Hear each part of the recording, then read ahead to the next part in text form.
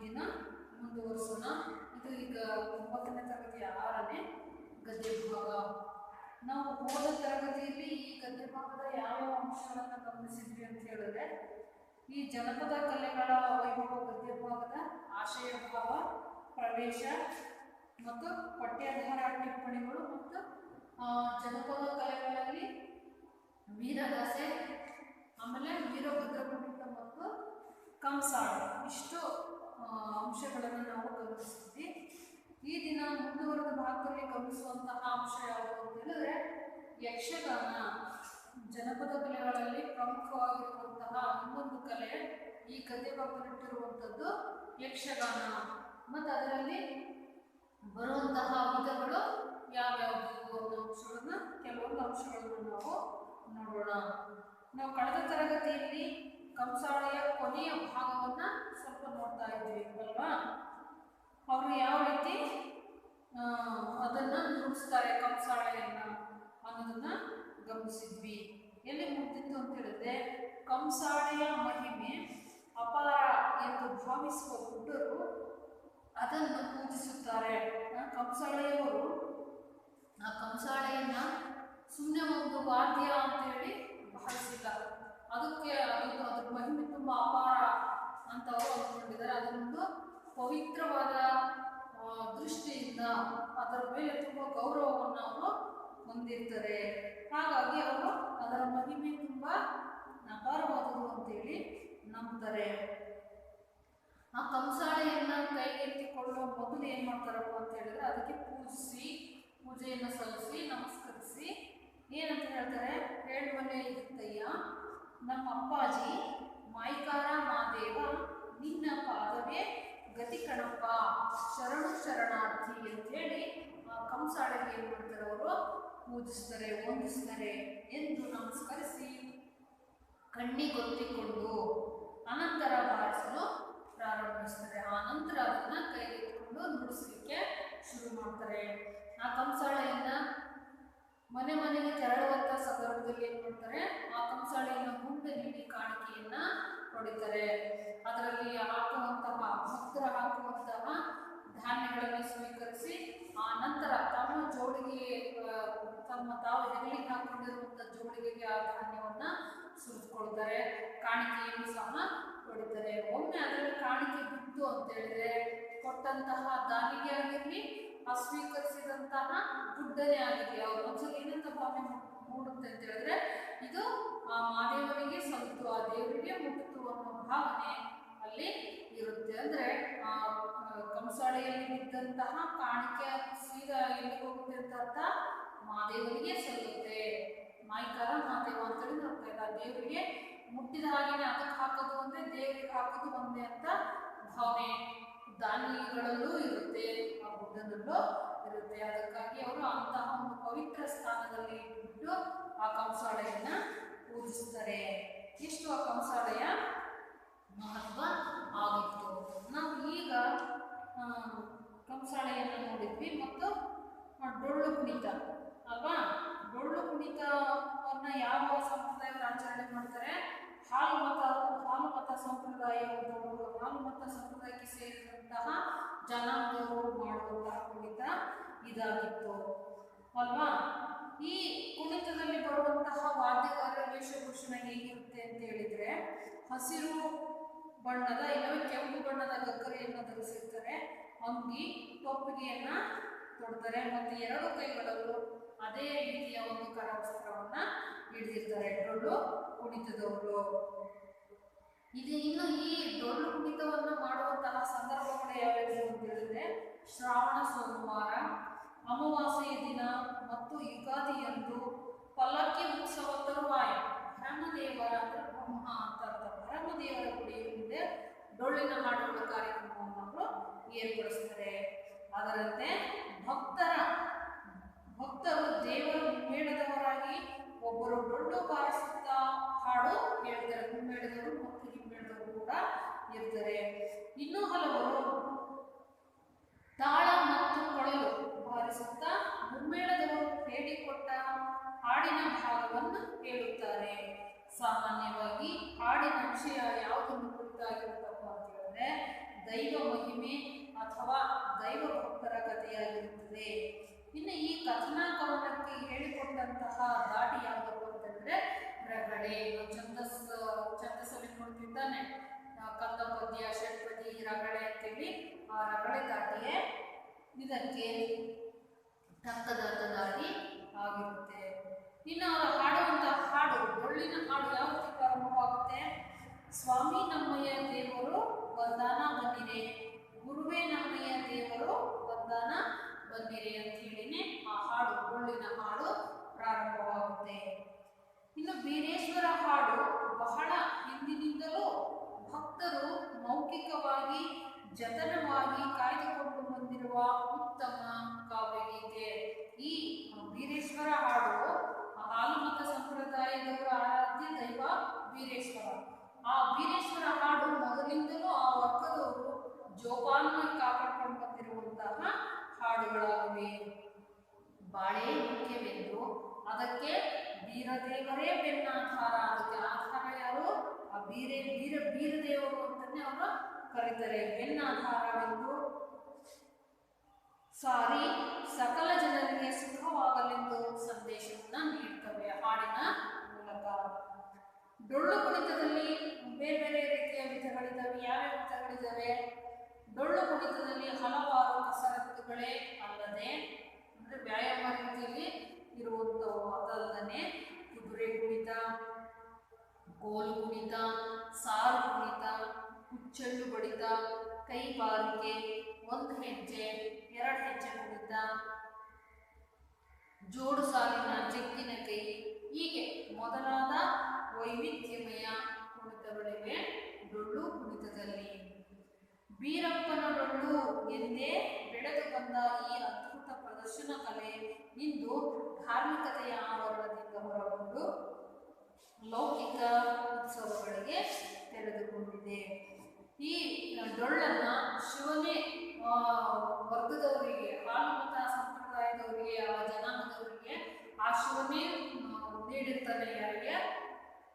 ಹಾಲುಮತ ಸಂಪ್ರದಾಯಕ್ಕೆ ಸೇರುವಂಥವರಿಗೆ ಅನ್ನೋ ಒಂದು ನಂಬಿಕೆ ಇದೆ. ಅದರಿಂದ ಒಂದು ಕಥೆಯನ್ನು ಸಹ ಅವರು ಹೇಳ್ತಾ ಹೋಗ್ತಾರೆ. ಒಬ್ಬ ರಾಕ್ಷಸ ಅವರಿಗೆ ತುಂಬಾ ಕಿರುಕುಳವನ್ನು ಕೊಡುವಂತಹ ಸಂದರ್ಭದಲ್ಲಿ ಅವರು ಶಿವನ ಬಳಿ ಹೇಳ್ಕೊಳ್ತಾರೆ.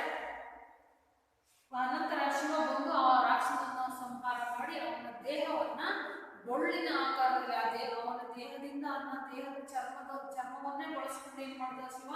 ಡೊಳ್ಳನ್ನ ತಯಾರು ಮಾಡಿ ಅದನ್ನ ಆ ಭಕ್ತರಿಗೆ ನೀಡಿದ ಅನ್ನೋ ಕಥೆಯು ಸಹ ಈ ಡೊಳ್ಳಿನ ಮುಂದೆ ಇದೆ. ಹೀಗೆ ಇತ್ತೀಚೆಗೆ ಇದು ಧಾರ್ಮಿಕತೆಯ ಆವರಣದಿಂದ ಹೊರಬಂದು ಲೌಕಿಕ ಉತ್ಸವಗಳಿಗೆ ಈ ದಿನ ಎಲ್ಲ ಕಡೆ ತೆರೆದುಕೊಂಡಿದ್ದೀವಿ. ಇಷ್ಟು ಡೊಳ್ಳು ಕುಣಿತ ಇಷ್ಟನ್ನ ನೋಡಿದ್ವಿ ನಾವು. ಇನ್ನು ಈ ದಿನದ ತರಗತಿಯಲ್ಲಿ ಯಕ್ಷಗಾನ ಬಗ್ಗೆ ಗಮನಿಸೋಣ.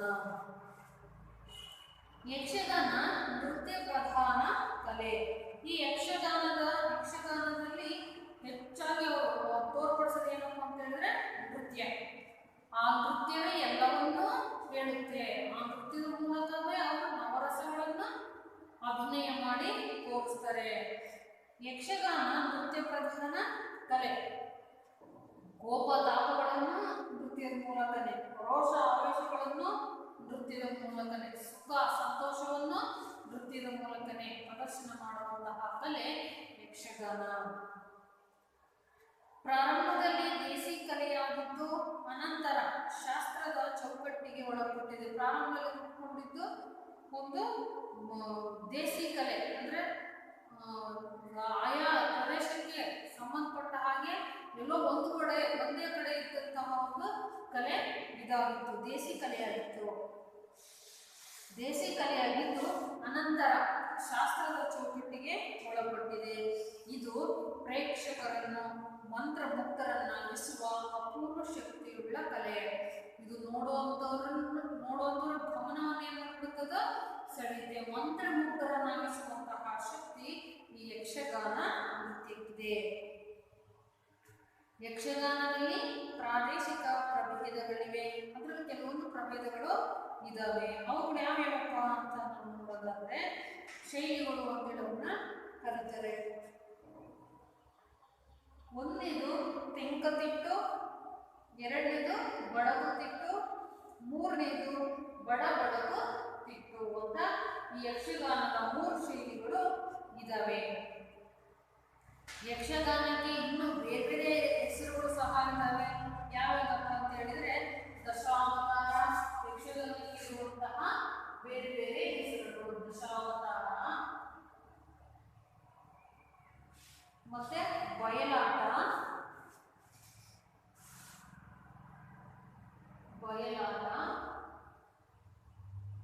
ಭಾಗವತರಾಟ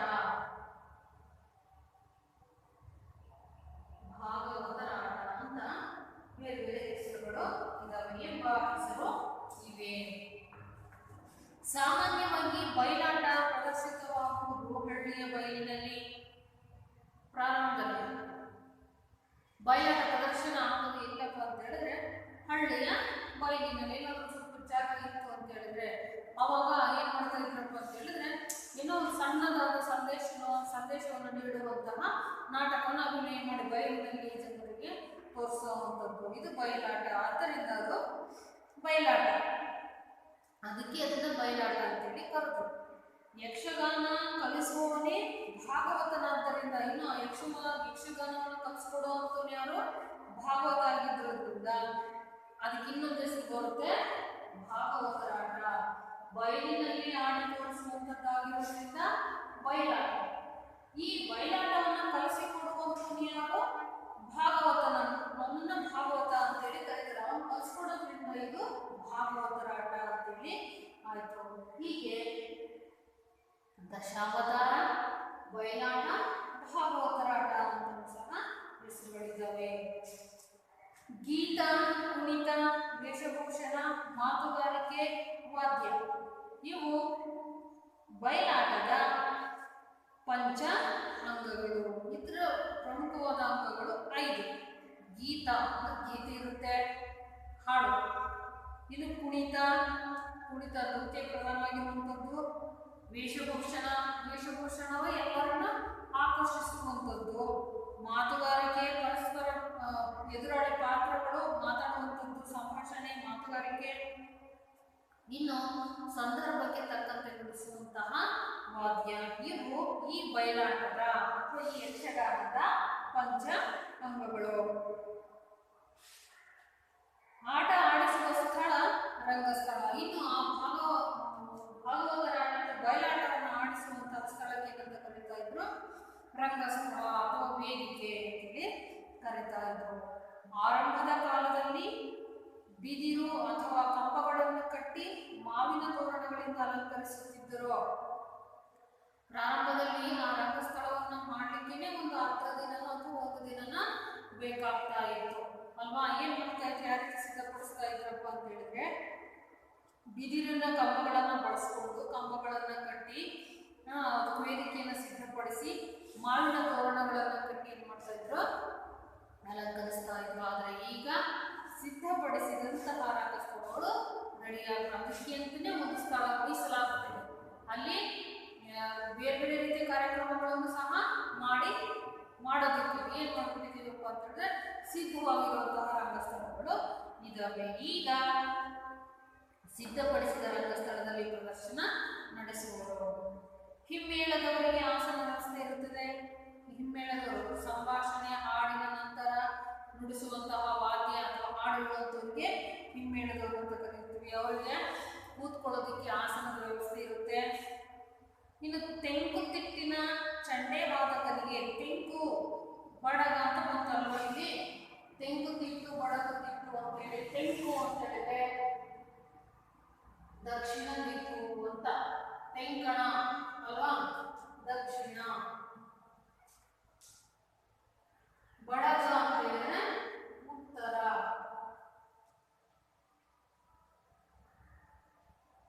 ತೆಂಕುತಿಟ್ಟು ಮತ್ತು ಬಡಗುತಿಟ್ಟು, ಬಡಬಡಗು ತಿಟ್ಟು ಹೋಗ್ತೀವಿ. ಇನ್ನು ತೆಂಕುತಿಟ್ಟಿನ ಚಂಡೆ ವಾದಕರಿಗೆ ಆಸನ ವ್ಯವಸ್ಥೆ ಇರುವುದಿಲ್ಲ. ಚಂಡೆ ವಾದಕ ಅಂದ್ರೆ ತಬಲದ ರೀತಿ ಇರುವಂತಹ ದೊಡ್ಡ ಆಕಾರದ ಅದನ್ನು ನುಡಿಸುವಂತವರಿಗೆ ಚಂಡೆ ವಾದಕರಿಗೆ ಆಸನದ ವ್ಯವಸ್ಥೆ ಇರುವುದಿಲ್ಲ. ಪಾತ್ರಧಾರಿಗಳಿಗೆ ಒಂದು ಸಿಂಹಾಸನ ಇರುತ್ತದೆ. ಇನ್ನು ಪಾತ್ರ ಮಾಡುವಂತವರಿಗೆ ಒಂದು ಸಿಂಹಾಸನ ಇರುತ್ತೆ. ಬಡಗುತಿಟ್ಟಿನಲ್ಲಿ ಇದರ ಬದಲಿಗೆ ಅಂದ್ರೆ ಸಿಂಹಾಸನದ ಬದಲಿಗೆ ರಥದ ಆಕೃತಿಯ ಆಸನವನ್ನು ಹೋಲುವಂತಹ ರಥದ ಆಕೃತಿಯ ಒಂದು ಆಸನದ ವ್ಯವಸ್ಥೆಯನ್ನು ಅವರು ಸಾಂಪ್ರದಾಯಿಕವಾಗಿ ಬಳಸ್ತಾ ಇದ್ರು. ಹಿಮ್ಮೇಳದ ಪ್ರಮುಖ ವಾದ್ಯ ಪರಿಕರಗಳೆಂದರೆ ಹಿಮ್ಮೇಳದವರು ನುಡಿಸುವಂತಹ ವಾದ್ಯಗಳು ಯಾವ್ಯಾವುದಪ್ಪ ಅಂತ ಹೇಳಿದ್ರೆ ಚಂಡೆ, ಮದ್ದಳೆ, ಶ್ರುತಿ, ತಾಳ ಅಥವಾ ಜಾಗಟೆ. ಇವು ಹಿಮ್ಮೇಳದವರು ನುಡಿಸುವಂತಹ ವಾದ್ಯಗಳಾಗಿದ್ದವು. ಹಿಮ್ಮೇಳದವರು ನುಡಿಸುವಂತಹ ವಾದ್ಯಗಳು ಇವಾಗಿದ್ದವು. ಯಾವ್ಯಾವುದು? ಚಂಡೆ, ಮದ್ದಳೆ, ಶ್ರುತಿ, ತಾಳ ಅಥವಾ ಜಾಗಟೆ. ಯಕ್ಷಗಾನದಲ್ಲಿ ಬಳಸುವ ವೇಷಭೂಷಣಗಳು ತಿಟ್ಟು ಮತ್ತು ಪಾತ್ರಕ್ಕನುಗುಣವಾಗಿ ವೈವಿಧ್ಯಮಯವಾಗಿರುತ್ತವೆ. ಇನ್ನು ಯಕ್ಷಗಾನದಲ್ಲಿ ಬಳಸುವಂತಹ ವೇಷಭೂಷಣಗಳಿದಾವಲ್ವಾ, ತಿಟ್ಟು ಮತ್ತು ಪಾತ್ರ ಅಂದ್ರೆ ತೆಂಗು ತಿಟ್ಟು, ಬಡಗು ತಿಟ್ಟು, ಬಡಗು ತಿಟ್ಟು ಇದಾವಲ್ವಾ, ಅಲ್ಲಿನ ಪ್ರದೇಶಕ್ಕೆ ಅನುಗುಣವಾಗಿ ಸ್ವಲ್ಪ ವಿಭಿನ್ನವಾಗಿರುತ್ತವೆ ಮತ್ತು ಪಾತ್ರಕ್ಕೆ ಅನುಗುಣವಾಗಿ ವ್ಯತ್ಯಾಸಗಳು ಇರಬಹುದು. ಹೀಗೆ ಅಲ್ಲಿ ಬಳಸುವಂತಹ ವೇಷಭೂಷಣಗಳು ತಿಟ್ಟು ಮತ್ತು ಪಾತ್ರಕ್ಕನುಗುಣವಾಗಿ ವೈವಿಧ್ಯಮಯವಾಗಿರುತ್ತವೆ. ತೆಂಗು ತಿಟ್ಟಿನಲ್ಲಿ ಅರ್ಥಗಾರಿಕೆಗೆ ಪ್ರಾಧಾನ್ಯ ಇದ್ದು, ಅರ್ಥ ಏನು ಕೊಡುತ್ತೆ, ಅರ್ಥ ಮಾತಿನ ಅರ್ಥ ಅದಕ್ಕೆ ಪ್ರಾಧಾನ್ಯ ಇದ್ದು ಹೇಗಿರುತ್ತಪ್ಪ ಅಂತ ಹೇಳಿದ್ರೆ ದೊಡ್ಡ ದೊಡ್ಡ ಹೆಜ್ಜೆ ಹಾಕಿ ಗಿರಿಕಿ ಹೊಡೆಯುವುದು, ಗಾಳಿಯಲ್ಲೇ ಗಿರಿಕಿ ಹೊಡೆಯುವುದು ಇದರ ವೈಶಿಷ್ಟ್ಯ. ತಿಟ್ಟಿನಲ್ಲಿ ಬರುವಂತಹ ಯಕ್ಷಗಾನ ಹೇಗಿರುತ್ತಪ್ಪ ಅಂತ ಹೇಳಿದ್ರೆ ಅರ್ಥಗಾರಿಕೆಗೆ ಹೆಚ್ಚು ಪ್ರಾಮುಖ್ಯತೆ ಇರುತ್ತೆ. ಅಲ್ಲಿ ಬರುವಂತಹ ಪಾತ್ರಧಾರಿ ಏನ್ ಮಾಡ್ತಾನಪ್ಪ ಅಂತ ಹೇಳಿದ್ರೆ ದೊಡ್ಡ ದೊಡ್ಡ ಹೆಜ್ಜೆ ಹಾಕಿಬಿಟ್ಟು ಗಿರಿಕಿ ಹೊಡೆಯುವುದು, ಗಾಳಿಯಲ್ಲೇ ಸುತ್ತಿ ಬಿಟ್ಟು ಕುಣಿಯುವಂಥದ್ದು, ನೃತ್ಯ ಮಾಡುವಂಥದ್ದು, ಇದು ಇದರ ವೈಶಿಷ್ಟ್ಯ ತೆಂಗುತಿಟ್ಟಿನಲ್ಲಿ. ಇನ್ನು ಬಡಗುತಿಟ್ಟಿನಲ್ಲಿ ಕುಣಿತ ಹಾಗೂ ಅಭಿನಯಕ್ಕೆ ಪ್ರಾಧಾನ್ಯತೆ, ಕುಣಿಯೋ ವಿಧಾನ ಮತ್ತು ಮಾಡುವಂತಹ ಅಭಿನಯ ಇದಕ್ಕೆ ಪ್ರಾಧಾನ್ಯತೆ ಇರುತ್ತೆ. ಇನ್ನು ಚಕ್ರಮಂಡಿ ಕುಣಿತ ಇರುತ್ತದೆ. ಚಕ್ರಮಂಡಿ ಕುಣಿತ ಅಂತಂದ್ರೆ ಕೂರೋದು ಏಳೋದು, ಕೂತ್ಬಿಟ್ಟು ಎದ್ದು ನೃತ್ಯವನ್ನ ಮಾಡುವುದು, ಇದಕ್ಕೆ ಚಕ್ರಮಂಡಿ ಕುಣಿತ ಅಂತ ಹೇಳಿ ಕರೀತಾರೆ. ಮತ್ತೆ ಗಾಳಿಯಲ್ಲಿ ಸುತ್ತೋದು, ಈ ರೀತಿ ಬೇರೆ ಬೇರೆ ವಿಧಾನಗಳು ಅದರಲ್ಲಿ ಇದಾವೆ. ಹಾಡುಗಾರಿಕೆ ಹಾಗೂ ಕುಣಿತ ಯಕ್ಷಗಾನದ ಪ್ರಮುಖ ಅಂಗಗಳು. ಯಕ್ಷಗಾನದ ಪ್ರಮುಖ ಅಂಗಗಳು ಯಾವುದಪ್ಪ ಅಂತ ಹೇಳಿದ್ರೆ ಪ್ರಮುಖ ಅಂಗಗಳು ಯಾವ್ಯಾವುದು? ಪ್ರಮುಖ ಅಂಗಗಳು ಅಂತ ಹೇಳಿದ್ರೆ ಹಾಡುಗಾರಿಕೆ ಮತ್ತು ಕುಣಿತ. ಹಾಡುಗಾರಿಕೆ ಮತ್ತು ಕುಣಿತಕ್ಕೆ ಹೆಚ್ಚಿನ ಪ್ರಾಮುಖ್ಯತೆ ಇರುತ್ತೆ. ಹಾಡುಗಾರಿಕೆ ಮತ್ತು ಕುಣಿತ ಯಕ್ಷಗಾನದ ಪ್ರಮುಖ ಅಂಗಗಳು. ಕುಣಿತಕ್ಕೆ ತಕ್ಕಂತೆ ಅಭಿನಯ, ಜಿಗಿತ, ಸಂಭಾಷಣೆ, ಹುಬ್ಬುಗಳ ಚಲನೆ ಪ್ರೇಕ್ಷಕರನ್ನು ತನ್ಮಯಗೊಳಿಸುತ್ತವೆ. ಹಾಡುಗಾರಿಕೆ ಮತ್ತು ಕುಣಿತ ಯಕ್ಷಗಾನದ ಪ್ರಮುಖವಾದ ಅಂಗಗಳಾಗಿದ್ದಾವೆ. ಕುಣಿತಕ್ಕೆ ತಕ್ಕಂತೆ ಅಭಿನಯ, ಅಲ್ಲಿ ಹೆಚ್ಚಾಗಿ ಯಕ್ಷಗಾನದಲ್ಲಿ ಒಂದು ರೀತಿ ವೀರರಸ ಪ್ರಧಾನವಾಗಿರುವಂತಹ ಪ್ರಸಂಗಗಳು ಹೆಚ್ಚಾಗಿರುತ್ತೆ. ಅದಕ್ಕೆ ವೀರರಸ ಪ್ರಧಾನಕ್ಕೆ ತಕ್ಕ ಹಾಗೆಯೇ ಅಭಿನಯ ಇರಬೇಕು ಅಲ್ವಾ, ಅದನ್ನ ಪಾತ್ರಧಾರಿಗಳು ತುಂಬಾ ಸೊಗಸಾಗಿ ಮಾಡಿ ತೋರಿಸ್ತಾರೆ. ಕುಣಿತಕ್ಕೆ ತಕ್ಕಂತೆ ಅಭಿನಯ, ಜಿಗಿತ, ಸಂಭಾಷಣೆ, ಮಾತುಗಾರಿಕೆ, ಹುಬ್ಬುಗಳ ಚಲನೆ, ಅವರು ಹುಬ್ಬುಗಳನ್ನ ಯಾವ ರೀತಿ ಚಲನೆ ಮಾಡುತ್ತಾರೆ ಅನ್ನೋದೇ ಒಂದು ತುಂಬಾ ವೈಶಿಷ್ಟ್ಯವಾಗಿರುವಂಥದ್ದು. ಹುಬ್ಬುಗಳ ಚಲನೆ ಮೂಲಕನೇ ಪ್ರೇಕ್ಷಕರನ್ನ ಮನಸೆಳೆಯುವಂತಹ ರೀತಿ ಯಕ್ಷಗಾನದಲ್ಲಿ ಇದೆ. ಹುಬ್ಬುಗಳ ಚಲನೆ ಪ್ರೇಕ್ಷಕರನ್ನ ತನ್ಮಯಗೊಳಿಸುತ್ತವೆ, ಎಲ್ಲರಲ್ಲೂ ಆಕರ್ಷಿತರಾಗುವಂತೆ ಮಾಡುವಂತಹ ರೀತಿಯ ಕುಣಿತ ಯಕ್ಷಗಾನದ್ದಾಗಿದೆ. ಆ ಹುಬ್ಬಿನ ಚಲನೆ ಎಲ್ಲರನ್ನ ಆಕರ್ಷಿಸುತ್ತದೆ. ಇದರಲ್ಲಿ ನವರಸಗಳ ಅಭಿವ್ಯಕ್ತಿಗೆ ಅವಕಾಶವಿದೆ. 9 ರಸಗಳನ್ನು ಒಳಗೊಂಡಿರುವಂತಹ ಕಲೆ ಯಕ್ಷಗಾನ ಕಲೆ. ರಾಮಾಯಣ,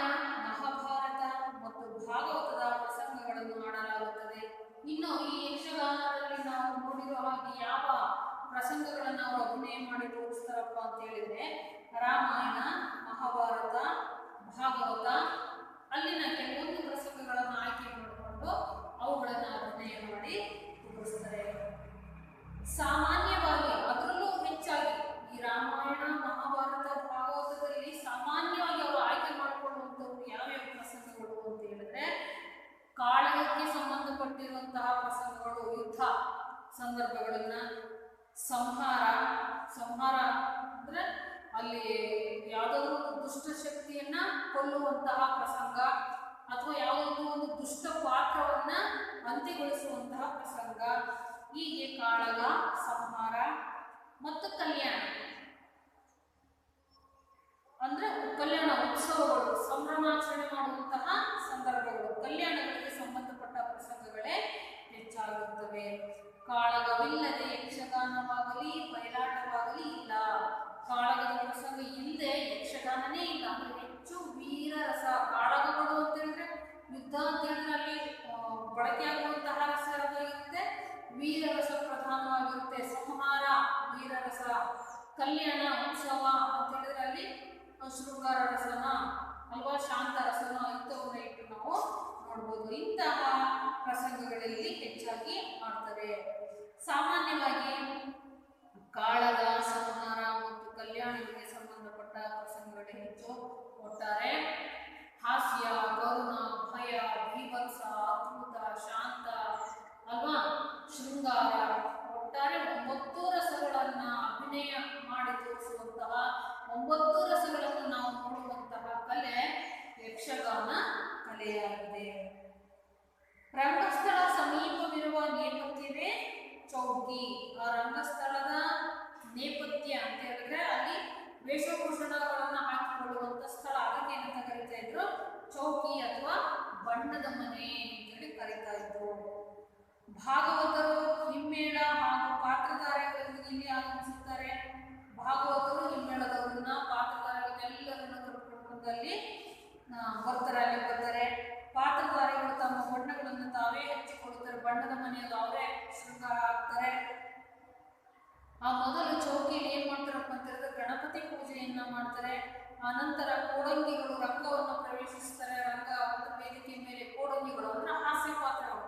ಏನಪ್ಪಾ ಅಂತಂದ್ರೆ ಇವರು ಅಲ್ಲಿ ಬಂದಿರುವಂತಹ ಜನರಲ್ಲಿ ಹಾಸ್ಯದ ಹೊನಲನ್ನ ಹುಟ್ಟಿಸುವಂತಹ ಪಾತ್ರಧಾರಿಗಳು, ಕೋಡಂಗಿಗಳು. ಆನಂತರ ಗಣಪತಿ ಸ್ತುತಿ ನಡೆಯುತ್ತೆ. ಗಣಪತಿ ಪೂಜೆಯನ್ನು ಮಾಡ್ತಾರೆ. ಗಣಪತಿ ಸ್ತುತಿ ನಡೆಯುತ್ತೆ. ಬಳಿಕ ವಿಷ್ಣು, ಪರಮೇಶ್ವರ, ದುರ್ಗೆ ಮೊದಲಾದ ದೇವತೆಗಳ ಸ್ತುತಿಯನ್ನು ಭಾಗವತರು ಮಾಡುತ್ತಾರೆ. ಎಲ್ಲಾ ದೇವರುಗಳ ಸ್ತುತಿಯನ್ನ, ಆರಾಧನೆಯನ್ನ ಭಾಗವತರು ಮಾಡ್ತಾರೆ.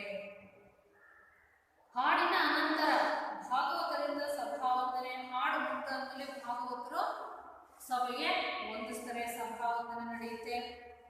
ಅನಂತರ ಕೋಡಂಗಿಗಳು ಕುಣಿದು ಕುಪ್ಪಳಿಸಿ ಪ್ರೇಕ್ಷಕರನ್ನ ರಂಜಿಸ್ತಾರೆ. ಅನಂತರ ಎಲ್ಲ ಮುಗಿದಾದ ನಂತರ ಕೋಡಂಗಿಗಳು ಬಂದು ಜನರ ಎದುರಿಗೆ ಕುಣಿದು ಕುಪ್ಪಳಿಸಿ ಹಾಸ್ಯವನ್ನ ಹುಟ್ಟಿಸಿ ಸ್ವಲ್ಪ ಹೊತ್ತು ಎಲ್ಲರನ್ನ ನಗಿಸುವ ಪ್ರಯತ್ನವನ್ನ ಮಾಡ್ತಾರೆ.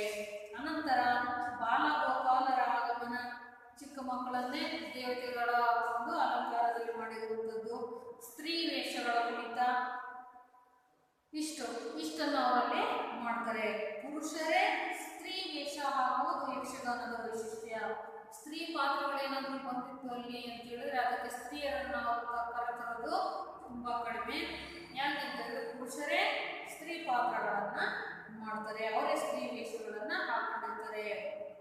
ಯಕ್ಷಗಾನದ ಪೂರ್ವರಂಗ ಎಂದು ಕರೆಯಲಾಗುವ, ಅಂದ್ರೆ ಪ್ರಾರಂಭ ಆಗೋದಕ್ಕೂ ಹಿಂದೆ ಕರೆಯಲಾಗುವ ಬಾಲಗೋಪಾಲ ಸ್ತ್ರೀ ವೇಷಗಳ ಉದ್ದೇಶ ಏನಪ್ಪಾ ಅಂತ ಹೇಳಿದ್ರೆ ಮುಂದಿನ ಕಥಾ ಪ್ರಸಂಗಕ್ಕೆ ಪ್ರಾರಂಭ ಆಗ್ತಿದ್ದಂಗೆ ಯಕ್ಷಗಾನದ ಒಳ ಅರ್ಥ ಎಲ್ಲರಿಗೂ ಗೊತ್ತಾ ಇದ್ದ ಹಾಗೆ ಯಕ್ಷಗಾನ ಶುರು ಆಗೋದಿಲ್ಲ. ಪ್ರಾರಂಭದಲ್ಲಿ ಏನ್ ಮಾಡ್ತಾರೆ ಅಂತಂದ್ರೆ ಕೆಲವೊಂದು ಪಾತ್ರಗಳು ಬಂದು ಅಲ್ಲಿ ಪ್ರೇಕ್ಷಕರನ್ನ ನಗಿಸಿ ಅಲ್ವಾ, ಆಮೇಲೆ ದೇವತೆಗಳ ಪಾತ್ರಧಾರಿಗಳು ಬಂದು ಒಟ್ಟಾರೆ ಏನಪ್ಪಾ ಅಂತ ಹೇಳಿದ್ರೆ ಆ ಯಕ್ಷಗಾನವನ್ನ ನೋಡ್ಲಿಕ್ಕೆ ಬಂದಂತಹ ಪ್ರೇಕ್ಷಕರನ್ನ ಮಾನಸಿಕವಾಗಿ ಸಿದ್ಧತೆಗೊಳಿಸುವುದು. ಏಕಾಏಕಿ ಹೋಗಿ ಅಲ್ಲಿ ಯಕ್ಷಗಾನದ ಪ್ರಸಂಗವನ್ನ ಅವರು ಪ್ರದರ್ಶನ ಮಾಡೋದಿಲ್ಲ. ಪ್ರಾರಂಭದಲ್ಲಿ ಪ್ರೇಕ್ಷಕರ ಗಮನವನ್ನು ಸೆಳೆತಾರೆ. ಅವರನ್ನು ಮಾನಸಿಕವಾಗಿ ಸಿದ್ಧರನ್ನಾಗಿ ಮಾಡೋದಕ್ಕೆ ಈ ಬಾಲಗೋಪಾಲ, ಸ್ತ್ರೀ ವೇಷಗಳು, ಕೋಡಂಗಿಗಳು ಕೆಲಸ ಇದಾಗಿರುತ್ತೆ. ಹೀಗೆ ಸ್ತ್ರೀ ವೇಷಗಳ ಉದ್ದೇಶ ಮುಂದಿನ ಕಥಾ ಪ್ರಸಂಗಕ್ಕೆ ಪ್ರೇಕ್ಷಕರನ್ನು ಮಾನಸಿಕವಾಗಿ ಅಳವಡಿಸುವುದೇ ಆಗಿದೆ. ಮತ್ತೆ ಪುನಃ ದೇವತಾ ಸ್ತುತಿ ಆದ ನಂತರ ಮುಂದಿನ ಪ್ರಸಂಗಕ್ಕೆ ಸಂಬಂಧಿಸಿದಂತೆ ಒಡ್ಡೋಲಗ ನಡೆಯುತ್ತದೆ. ಪಾತ್ರಧಾರಿಗಳು ಭಾಗವತರಿಗೆ ಅನಂತರ ರಂಗಸ್ಥಳಕ್ಕೆ ವಂದಿಸಿ ಕುಣಿದು ತಮ್ಮ ಸಾಮರ್ಥ್ಯವನ್ನ ಪ್ರದರ್ಶನ ಮಾಡ್ತಾರೆ. ಎಲ್ಲರೂ ನಮಸ್ಕಾರ ಮಾಡಿಬಿಟ್ಟು ಅನಂತರ ರಂಗಸ್ಥಳಕ್ಕೆ ವಂದಿಸಿ ತಮ್ಮ ಪಾತ್ರ ಏನು, ತಾವಲ್ಲಿ ಅಭಿನಯ ಮಾಡಿ ತೋರಿಸ್ಬೇಕಾಗಿರೋದೇನು ಅನ್ನೋದನ್ನೇ ಪ್ರದರ್ಶನ ಮಾಡಿ ತೋರಿಸ್ತಾರೆ. ಸಾಮಾನ್ಯವಾಗಿ ಯಾವ ಯಾವ ಪ್ರಸಂಗಗಳನ್ನ ಇಲ್ಲಿವರೆಗೂ ಆಯ್ಕೆ ಮಾಡಿಕೊಂಡಿರುವಂತಹ ಪ್ರಸಂಗಗಳು ಇಲ್ಲಿವರೆಗೂ ಇನ್ನೂ ಹೆಚ್ಚಾಗಿ ನಾವು ಯಕ್ಷಗಾನದಲ್ಲಿ ನೋಡಿರುವಂತಹ ಪ್ರಸಂಗಗಳು ಯಾವ್ಯಾವ ಇರ್ಬೋದು, ಯಾವ್ಯಾವ ಆಯ್ಕೆ ಮಾಡ್ಕೊಳ್ತಾರೆ ಅವರು ಅಂತ ಹೇಳಿದ್ರೆ, ಕಾಳಗಕ್ಕೆ ಸಂಬಂಧಪಟ್ಟಂತವು ಅಂತ ಹೇಳಿದ್ವಲ್ವಾ, ಕೃಷ್ಣ ಅರ್ಜುನ ಕಾಳಗ, ಕೃಷ್ಣ ಮತ್ತು ಅರ್ಜುನ ಕಾಳಗ ಮಾಡಿರುವಂತಹ ಪ್ರಸಂಗ, ಕರ್ಣ ಮತ್ತು ಅರ್ಜುನ, ಬಬ್ರುವಾಹನ ಕಾಳಗ, ಬಬ್ರುವಾಹನ ತನ್ನ ತಂದೆ ಅರ್ಜುನನ ಮೇಲೆ ಯುದ್ಧ ಮಾಡಿರುವಂತಹ ಪ್ರಸಂಗ, ಸುಧನ್ವಾರ್ಜುನ ಕಾಳಗ ಮೊದಲಾದ ವೀರರಸ ಪ್ರಧಾನವಾದವುಗಳನ್ನ ಆಯ್ಕೆ ಮಾಡಿಕೊಂಡು ಮಾಡಿರುವಂತಹ ಪ್ರಸಂಗಗಳು ಇದಾವೆ. ಅವುಗಳನ್ನ ಆಯ್ಕೆ ಮಾಡ್ಕೊಳ್ತಾರೆ. ಇವು ವೀರರಸ ಪ್ರಧಾನವಾದವುಗಳು. ಚಂದ್ರಾವಳಿ ವಿಲಾಸ, ರತಿ ಕಲ್ಯಾಣ, ರತ್ನಾವತಿ ಕಲ್ಯಾಣ ಇವೆಲ್ಲವೂ ಶೃಂಗಾರ ರಸ ಪ್ರಧಾನ ಪ್ರಸಂಗಗಳು. ಇವುಗಳೆಲ್ಲ ಏನು ಮಾಡ್ಬೇಕು ಅಂತ ಹೇಳಿದ್ರೆ ಶೃಂಗಾರ ರಸ ಬಳಕೆಯಾಗಿರುವಂತಹದನ್ನ ನೋಡ್ತೀವಿ. ಶೃಂಗಾರ ರಸ ಪ್ರಧಾನ ಪ್ರಸಂಗಗಳು.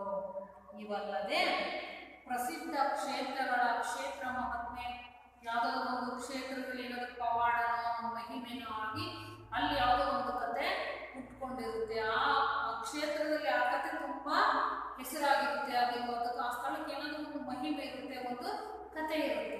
ಅಂತಹ ಕಥೆಯನ್ನು ಒಳಗೊಂಡಂತಹ ಪ್ರಸಂಗಗಳನ್ನು ಅವರು ಅಭಿನಯ ಮಾಡಿ ತೋರಿಸುವಂಥದ್ದು. ಈ ರೀತಿಯ ಪ್ರಸಿದ್ಧ ಕ್ಷೇತ್ರಗಳ ಕ್ಷೇತ್ರ ಮಹಾತ್ಮೆಗಳನ್ನು ಆಯ್ಕೆ ಮಾಡಿಕೊಳ್ತಾರೆ. ಯಕ್ಷಗಾನದ ಎಲ್ಲಾ ಪ್ರಸಂಗಗಳಲ್ಲೂ ಹಾಸ್ಯ ಕಂಡುಬರುತ್ತದೆ. ಪ್ರತಿ ಯಕ್ಷಗಾನದಲ್ಲೂ ಸಹ ಹಾಸ್ಯ ಅನ್ನೋದು ಕಂಡುಬರುತ್ತೆ. ಯಾಕಂತ ಹೇಳಿದ್ರೆ ಒಂದೇ ರೀತಿಯ ಅಭಿನಯ ಇತ್ತು ಅಂತ ಹೇಳಿದ್ರೆ ಅದನ್ನ ಯಾರು ಅಷ್ಟಾಗಿ ಸ್ವೀಕರಿಸಲ್ಲ. ನಡುವೆ ಇನ್ನೂ ಸ್ವಲ್ಪ ಮನರಂಜನೆ ಸಿಗಬೇಕು ಅಂತ ಹೇಳಿದ್ರೆ ಈ ರೀತಿಯ ಹಾಸ್ಯ ಪ್ರಸಂಗಗಳು ಬಂದು ಹೋಗ್ಬೇಕು. ಆ ರೀತಿ ಹಾಸ್ಯ ಪ್ರಸಂಗಗಳನ್ನ ಅಭಿನಯ ಮಾಡುವಂಥದ್ದು ಯಾರಪ್ಪ ಅಂತ ಹೇಳಿದ್ರೆ, ವಿಡಂಬನೆ ಕೂಡ ಹಾಸ್ಯದ ಒಂದು ಅಂಗ. ಅದರಲ್ಲಿ ಹನುಮನಾಯಕ, ಕುಬ್ಜೆ, ಚಾರಕ, ವನಪಾಲಕ ಇವರೆಲ್ಲ ಹಾಸ್ಯ ಪ್ರಸಂಗವನ್ನು ಅಭಿನಯ ಮಾಡಿ ತೋರಿಸುವಂಥವರು, ಪ್ರೇಕ್ಷಕರಲ್ಲಿ ಹಾಸ್ಯದ ಮನವನ್ನ ಹುಟ್ಟಿಸುವಂಥವರು. ಅಂತ ಪಾತ್ರಗಳು ಇವು ಆಗಿದ್ದಾವೆ. ಹನುಮನಾಯಕ, ಕುಬ್ಜೆ, ಚಾರಕ, ವನಪಾಲಕ ಇವರೆಲ್ಲ ಹಾಸ್ಯ ಪಾತ್ರವನ್ನು ಅಭಿನಯ ಮಾಡಿ ತೋರಿಸುವಂಥವರು. ಯಕ್ಷಗಾನದಲ್ಲಿ ತುಂಬಾ ಕಲಾತ್ಮಕವಾದದ್ದು ಬಣ್ಣದ ವೇಷ. ಇದರಲ್ಲಿ ಹೆಚ್ಚು ಎದ್ದು ಕಾಣಿಸುವಂಥದ್ದು ಬಣ್ಣದ ವೇಷ. ಬೃಹತ್ ವೇಷಗಳು ಸಾಮಾನ್ಯವಾಗಿ ನಡುರಾತ್ರಿಯಲ್ಲಿ ಈಗ ಯಾವುದಾದ್ರೂ ಪ್ರಸಂಗವನ್ನು ಮಾಡ್ತಾರೆ, ಅದರಲ್ಲಿ ಯಾವುದಾದ್ರೂ ಒಂದು ರೌದ್ರಾವತಾರದ ಒಂದು ಬೀಭತ್ಸಗಳನ್ನು ತೋರಿಸುವಂತಹ ಒಂದು ಭೀಕರವಾಗಿರುವಂತಹ ಒಂದು ಪಾತ್ರ, ಪ್ರಧಾನವಾಗಿರುವಂತಹ ಒಂದು ಪಾತ್ರ ಬರುತ್ತೆ.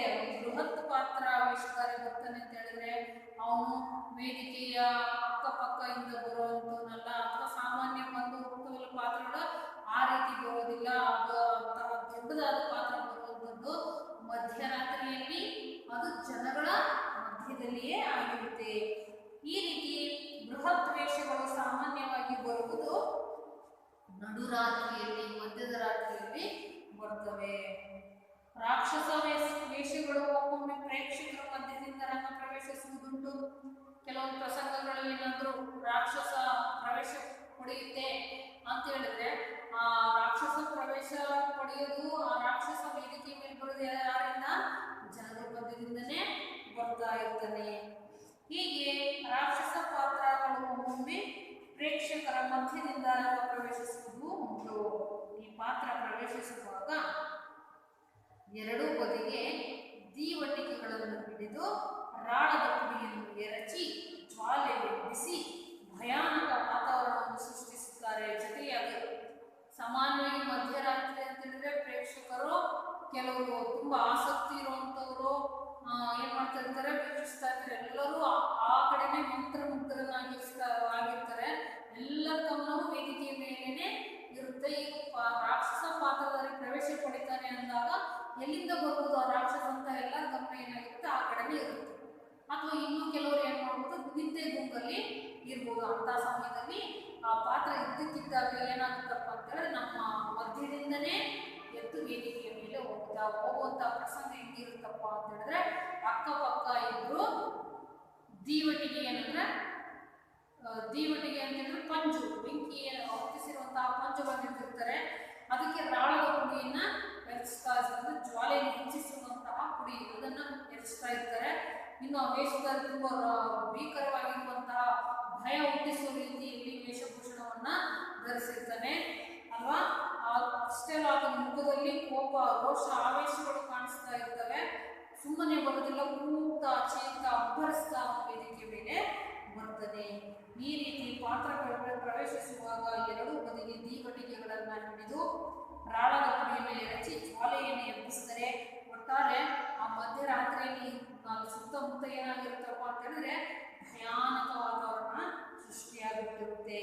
ಜೊತೆಗೆ ಚಂಡೆಯ ಬಡಿತ, ಆ ರಾಕ್ಷಸ ವೇದಿಕೆಯ ಮೇಲೆ ಬರುವಂತಹ ರಾಕ್ಷಸನ ಕೂಗು ಅರೆನಿದ್ರೆಯಲ್ಲಿರುವ ಪ್ರೇಕ್ಷಕರನ್ನ ಬಡಿದೆಬ್ಬಿಸುತ್ತದೆ. ಕೆಲವರು ಚಿಲ್ಲಾಪಿಲ್ಲಿಯಾಗಲು ಸಹ ನೋಡಬಹುದು. ನಿದ್ದೆಯಲ್ಲಿದ್ದಂಥವರು ಭಯದಿಂದ ಎದ್ದು ಓಡಬೇಕು. ಆ ರೀತಿ ಆ ರಾಕ್ಷಸ ಪಾತ್ರಗಳು ರಂಗವನ್ನ ಪ್ರವೇಶಿಸುತ್ತದೆ. ಅರೆನಿದ್ರೆಯಲ್ಲಿರುವ ಪ್ರೇಕ್ಷಕರನ್ನ ಬಡಿದೆಬ್ಬಿಸುತ್ತದೆ. ಪ್ರಧಾನ ಪಾತ್ರಗಳು ಭಾಗವತರ ಮೂಲಕ ತಮ್ಮ ಪರಿಚಯವನ್ನು ಮಾಡಿಕೊಡುತ್ತವೆ. ಇನ್ನು ಪ್ರಧಾನ ಪಾತ್ರಗಳನ್ನ ಆ ಭಾಗವತರು ಏನ್ ಮಾಡ್ತಾರೆ, ಪರಿಚಯ ಮಾಡಿ ಕೊಡ್ತಾರೆ. ಯಕ್ಷಗಾನ ಜನರಲ್ಲಿ ಧಾರ್ಮಿಕ ಮತ್ತು ನೀತಿ ಪ್ರಜ್ಞೆಗಳನ್ನು ಬೆಳೆಸಲು ಸಹಕಾರಿಯಾಗಿದೆ. ಇದರ ಮೂಲಕ ಈ ರೀತಿಯ ಸಂದೇಶಗಳನ್ನು ಸಹ ಯಕ್ಷಗಾನ ನೀಡುತ್ತದೆ. ಧಾರ್ಮಿಕ ಮತ್ತು ನೀತಿ ಪ್ರಜ್ಞೆಗಳನ್ನ ಮೂಡಿಸುವುದಕ್ಕೆ ಯಕ್ಷಗಾನ ಪ್ರಸಂಗಗಳು ಸಹಕಾರಿಯಾಗಿದ್ದಾವೆ. ಯಕ್ಷಗಾನ ಪ್ರಸಂಗ ರಚಿಸಿದವರು ದುಷ್ಟ ನಿಗ್ರಹ, ಶಿಷ್ಟ ಪರಿಪಾಲನೆ ತತ್ವಗಳನ್ನು ಪ್ರಸಂಗಗಳಲ್ಲಿ ಅಳವಡಿಸಿರುತ್ತಾರೆ. ಏನಿರುತ್ತಪ್ಪ ಅದರಲ್ಲಿ ಮುಖ್ಯವಾದದ್ದು ಅಂತ ಹೇಳಿದ್ರೆ ದುಷ್ಟ ನಿಗ್ರಹ, ದುಷ್ಟ ಶಕ್ತಿಯ ಸಂಹಾರ, ಏನೇ ತಿಳಿದು ಶಿಷ್ಟತೆ ಪರಿಪಾಲನೆ ಅಂದ್ರೆ ಒಳ್ಳೆಯದನ್ನ ಉಳಿಸ್ಕೊಳ್ಳೋದು, ಕೆಟ್ಟದ್ದನ್ನ ಸಂಹಾರ ಮಾಡೋದು ಅನ್ನೋ ಸಂದೇಶವನ್ನು ನೀಡುತ್ತವೆ ಯಕ್ಷಗಾನಗಳು. ದುಷ್ಟ ನಿಗ್ರಹ, ಶಿಷ್ಟ ಪರಿಪಾಲನೆ, ಒಳ್ಳೆಯನ್ನು ಉಳಿಸ್ಕೊಳ್ಳೋದು ಅನ್ನೋ ತತ್ವವನ್ನ ಪ್ರತಿ ಯಕ್ಷಗಾನ ಪ್ರಸಂಗಗಳು ಸಹ ನಮಗೆ ಕೊಡ್ತಾ ಹೋಗ್ತದೆ. ಇಷ್ಟು ಜನಪದ ಕಲೆಗಳ ವೈಭವ ಗದ್ಯ ಭಾಗ. ಇಲ್ಲಿಗೆ ಜನಪದ ಕಲೆಗಳ ವೈಭವ ಗದ್ಯ ಭಾಗ ಮುಕ್ತಾಯ ಆಗುತ್ತೆ. ನೀವು ಈ ಗದ್ಯ ಭಾಗದ ನೋಟ್ಸನ್ನ ಬರೆದಿ ಮತ್ತೊಮ್ಮೆ ನಿಮಗೆ ಸಮಯ ಸಿಕ್ಕಾಗ ಪ್ರಾರಂಭದಿಂದ ಮುಗಿಯುವವರೆಗೂ ಒಮ್ಮೆ ಓದಿ ಒಂದು ಅಂಕದ ಪ್ರಶ್ನೆಗಳನ್ನು ಹೆಚ್ಚು ತೆಗೆಯುವ ಪ್ರಯತ್ನವನ್ನು ಮಾಡಿ. ಪಠ್ಯ ಪುಸ್ತಕದಲ್ಲಿ 5-6 ಪ್ರಶ್ನೆಗಳು ಅಷ್ಟೇ ಅಲ್ಲ, ಇಡೀ ಪಾಠವನ್ನು ತೆಗೆದುಕೊಂಡಾಗ 30ರಿಂದ 40 ಒಂದು ಅಂಕದ ಪ್ರಶ್ನೆಗಳನ್ನು ಸ್ವತಃ ನೀವೇ ಪ್ರಶ್ನೆಗಳನ್ನು ತೆಗೆಯೋರು, ನೀವೇ ಅದಕ್ಕೆ ಉತ್ತರವನ್ನ ಹುಡುಕೋರು ನೀವೇ. ಈ ರೀತಿ ಒಂದು 35ರಿಂದ 40 ಪ್ರಶ್ನೆಗಳನ್ನು ತೆಗೆಯುವ ಪ್ರಯತ್ನವನ್ನ ಮಾಡಿ. ಇಲ್ಲಿ ಈ ತರಗತಿಯನ್ನು ಮುಗಿಸೋಣ. ಮುಂದಿನ ತರಗತಿಯಲ್ಲಿ ಮುಂದಿನ ಗದ್ಯ ಭಾಗವನ್ನು ಗಮನಿಸೋಣ.